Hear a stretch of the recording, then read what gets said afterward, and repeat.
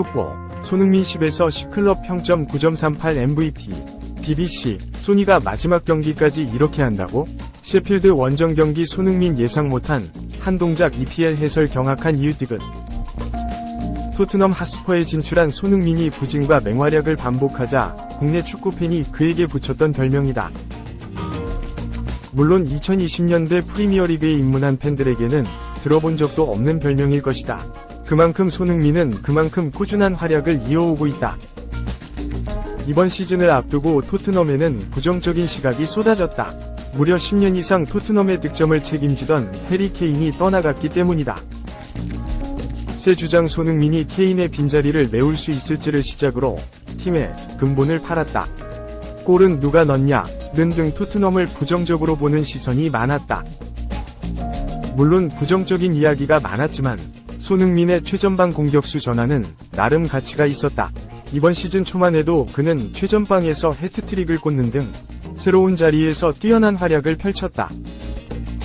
그가 리그에서 최전방 공격수 선발 출장 기준로 나선 23경기에서는 총 14골 5도움이 터졌고 왼쪽 윙어로 나선 10경기에서는 3골 4도움이 쏟아져 나왔다. 4라운드 벌리전은 손흥민의 기량을 단적으로 보여주는 예시였다. 5에서 2로 승리한 경기에서 손흥민은 전반 16분 솔로몬과의 팀워크에 이은 감각적인 칩슛으로 동점골 1에서 1을 만들어냈다. 후반에는 상대 수비수들의 공간 사이로 파고드는 감각적인 위치 선정으로 연이어 2골을 만들어냈다. 한 번은 수비벽 틈 사이에서, 한 번은 수비 뒷공간을 부수는 골이었다. 시즌 처음으로 득점한 경기에서 해트트릭을 꽂아 넣는 파괴적인 경기였다. 물론 항상 성공적이지는 못했다. 손흥민은 리그 35경기 중 17경기에 서침묵했다. 그때마다 토트넘은 위기에 처했다. 손흥민이 득점하지 못한 경기에서 토트넘은 6승 2무 9패를 거뒀다. 패배 확률이 50%가 넘는다. 올 시즌 출전한 유일한 컵대회인 풀럼과의 EFL컵에서도 침묵했고 정규 시간 승부를 가리지 못한 토트넘은 결국 승부차기에서 4에서 6으로 패배했다. 결과적으로 이번 시즌도 트로피는 없었다. 그럼에도 긍정적인 부분은 있었다. 해리 케인과 함께 하던 상황에서 이루지 못했던 유럽 대항전 진출을 이뤄냈다는 것이다.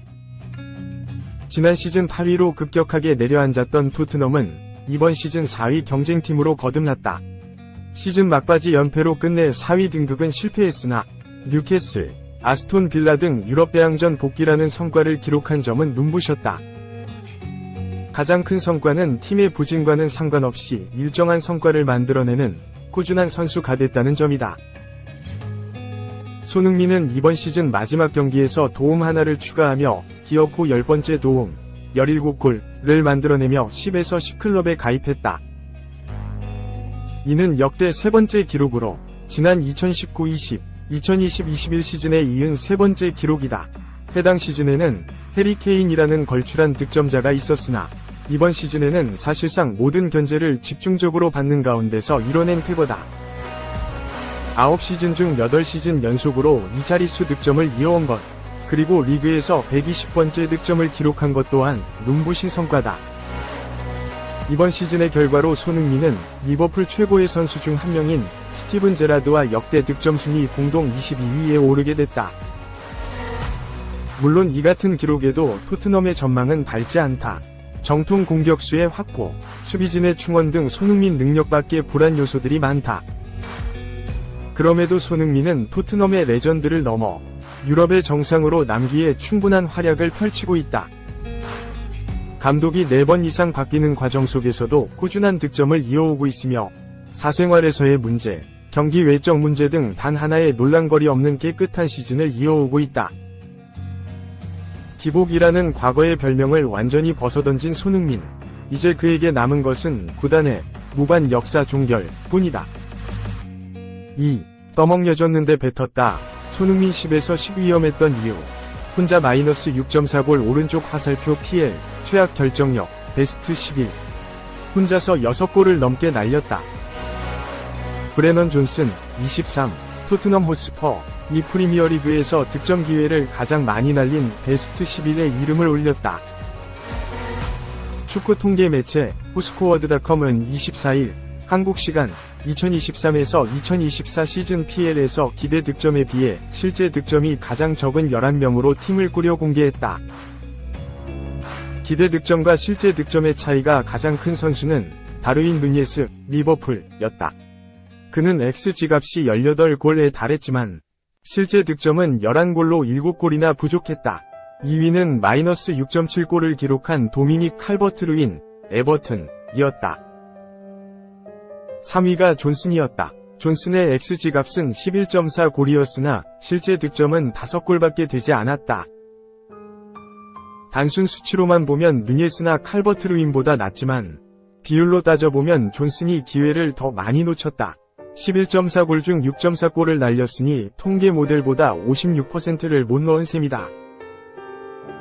이외에는 루이스 디아스, 5골, 리버풀, 엔소 페르난데스, 마이너스 3.3골, 첼시, 카세미로, 마이너스 2.6골, 맨체스터 유나이티드, 덴번, 마이너스 1.8골, 뉴캐슬 유나이티드, 리스버크, 2골, 루턴 타운, 제임스 타코우스키, 마이너스 2.4골, 에버튼, 매티 캐시, 마이너스 1.8골, 아스톤 빌라가 베스트 11에 이름을 올렸다.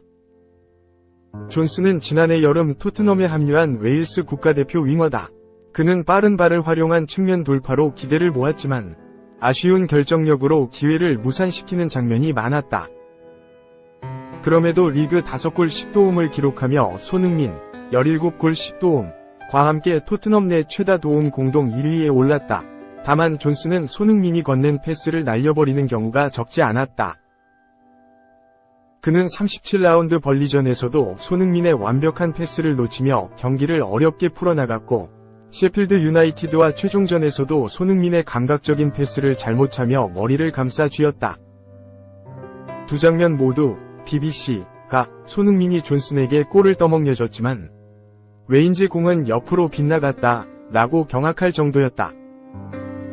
다행히도 손흥민은 존슨이 잘 도와주지 않았음에도 불구하고 10골 마이너스 10도움 클럽에 가입했다. 그는 마지막 경기에서 데얀 쿨루셉스키 덕분에 15도움을 추가하며 통산 3번째 10에서 10을 달성했다. 이는 PL 역사상 6번째 대기록이다. 손흥민에 앞서서 웨인 루니, 모하메드 살라 이상 5회, 에릭 칸토나, 프랭크 램파드 이상 4회, 디디에 드록바 3회, 5명만이 3회 이상 10에서 10을 기록했다. 한편 손흥민은 올 시즌에도 치명적인 마무리 능력을 자랑했다. 그는 17골을 터뜨리며 XG값 12.98을 훌쩍 뛰어넘었다. 이는 리그 전체 5위에 해당하는 수치다. 다른 토트넘 동료들을 살펴보면 제임스 매디슨이 마이너스 2.16골, 티모 베르너가 마이너스 2.05골로 기대 이하의 득점을 기록했다. 반면 쿨루셉스키와 수비수 반 더 벤은 각각 플러스 2.97골, 플러스 2.2골로 뛰어난 결정력을 선보였다. 3. 동기부여 없다. 과르디올라. 결국 맨시티 떠난다. 펩 왕조는 역사 속으로 거액 연봉 플러스 보너스도 못 잡았다. 구단은 절망 중. 펩 과르디올라 53 감독이 맨체스터 시티를 떠날 것으로 보인다. 다음 시즌 계약이 만료되면 즉각 떠나는 분위기다. 영국 데일리 메일은 27일 한국 시간 과르디올라 감독이 구단에 만류에도 불구하고 내년 여름 맨시티를 떠날 예정이다. 맨시티 수뇌부는 펩 시대가 끝나는 것을 우려하고 있다고 보도했다. 이어 맨시티는 과르디올라 감독이 팀을 떠날 것으로 보이는 징후가 없다고 단정한다. 하지만 이미 업계와 복수의 소식통은 과르디올라 감독이 다음 시즌까지만 맨시티를 맡는다고 보고 있다고 덧붙였다. 매체에 따르면 내년 6월 계약이 만료되는 과르디올라 감독은 맨시티와 재계약을 맺지 않고 있다. 맨시티는 세계 최고 감독 중 하나인 과르디올라 감독과 장기 계약을 맺고자 천문학적 수준의 연봉과 보너스를 제시할 계획이었다.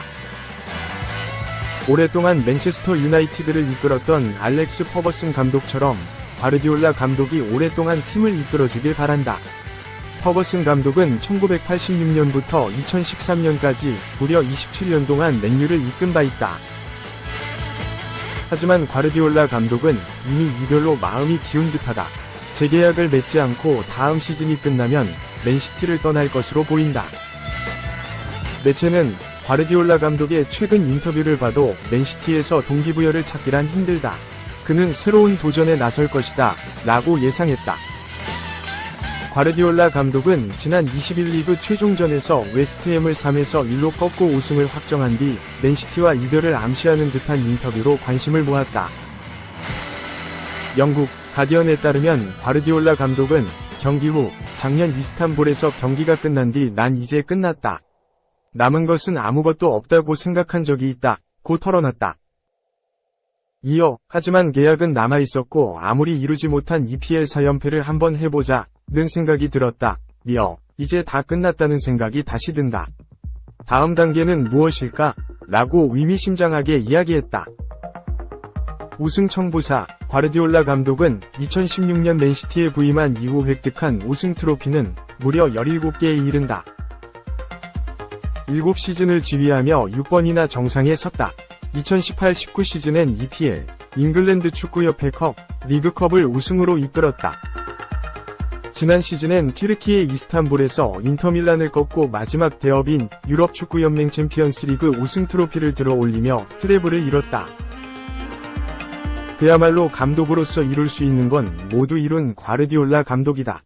그는 내년에 맨시티와 계약이 만료된다.